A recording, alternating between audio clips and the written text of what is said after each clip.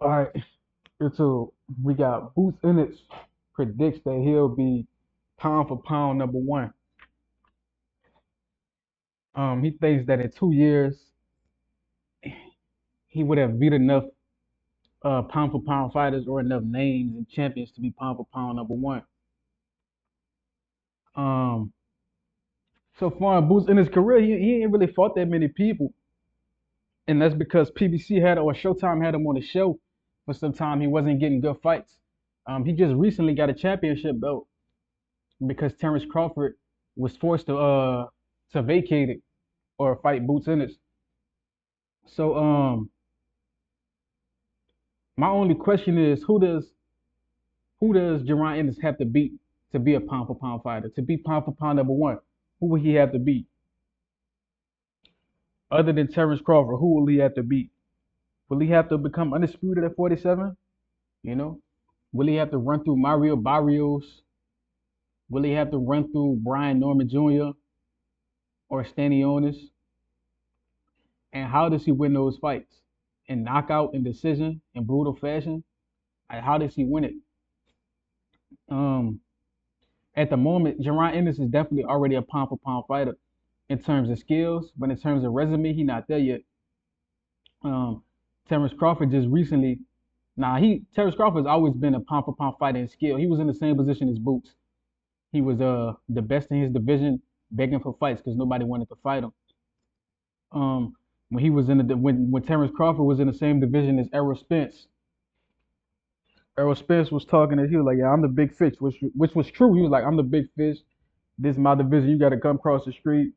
This, and that." But the thing with boxing is, once they get normalized, it start making big fights hard to happen because guys who know that they have more popularity instead of skills might play the political game and say, "Nah, come over here. Let me get the most of the contract and all type of crazy shit, just so they can get a advantage come fight night." That's what a lot of the people doing the boots. Mario Barrios knows that he has a name. He a lot of Mexicans like Mario Barrios. All I know him for is getting knocked out by Tank. Honestly, I understand that he beat Ugas for a belt, but all I know him for realistically is getting knocked the fuck out by Tank. And he put up a good fight against Tank. Dude, a good fighter for sure, but Tank walked him down at 140. So if Tank knocked him down at 140, I can only imagine what Boo's gonna do to him at 47. I haven't seen Brian Norman tested to that level yet. But I think him versus Boots will be the best fight in that division.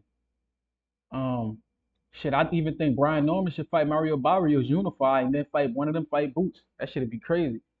But they got to make the fights happen. They definitely got to make the fights happen. Just like when PBC had all those fighters, they had Keith Thurman. PBC had all the welterweights down there except like two, and that was Crawford and uh, Cavalli. Other than those guys, PBC had Sean Porter, Errol Spence, Danny Garcia, Keith Thurman. They had all the welterweights. I think they even had Ugas. So that's what's happening with Boots right now. I know PBC got Mario Barrios. I don't know who has Brian Norman. He might be on the zone or PBC. I'm not sure. But Boots crossed the street and he went to the zone. So the powers that be, all the promoters might make it hard for all the matchmakers might make it hard to fight Boots since he not on their payroll. Then they might be thinking, why would we risk our fighters? Why would we risk our money machines fighting this dude? Let him take our belts if we be out of business. That's probably how they think about it. But at the end of the day, it's boxing. We won't see that shit. It's gonna have to happen. The truth gonna come to light regardless. That's facts. And my only question is, can he become undisputed realistically at 147? How much time will it take him? Like, can he get all these fights? Like, everybody saw what he did to Villa. He made Villa look like he looked like he was in an action movie versus Villa. It's like the fight got in slow motion, like he was in the Matrix. No, like he was just punishing Villa. He made Villa quit. Um, so how does he become undisputed? How much time? Will everybody, will these guys really fight him? Will Mario Barrios fight him next year? Will Brian Norman fight him? Standing Onis, or will they fight each other and try to keep away from Boots and play some political bullshit? Um, I hope he get the fight. I hope they don't do him how they did Terrence Crawford. Terrence Crawford didn't get his second undisputed match until he was what, 35? To be fair, he did become undisputed at 140, and I think that was his second division. I think 140 was his second division. So who knows? Maybe Boots can move up, and if it depends on if Terrence Crawford goes for undisputed. If Terrence Crawford goes for undisputed again, Boots can force his mandatory at 150 at 154. If he forces his mandatory, he's gonna have to fight Backroom, and I know Backroom would take that fight.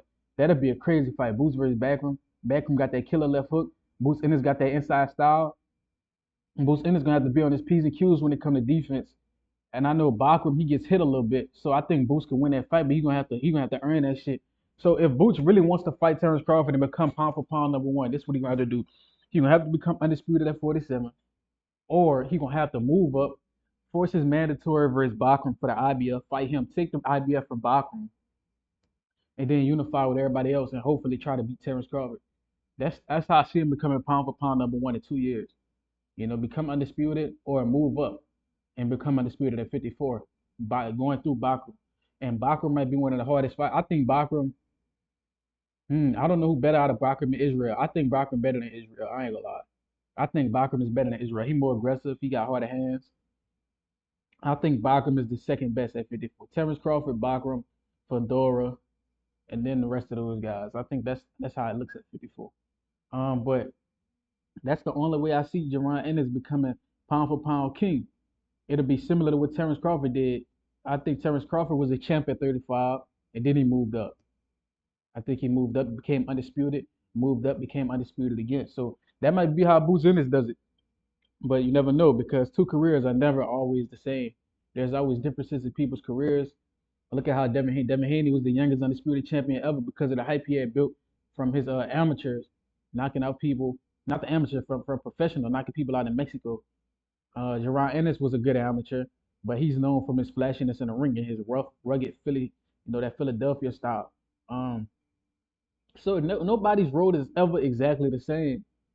But I do think if he wants to become pound for pound number one, either he unifies in 47 or he becomes undisputed at 54. That's the only way I see him becoming pound for pound number one.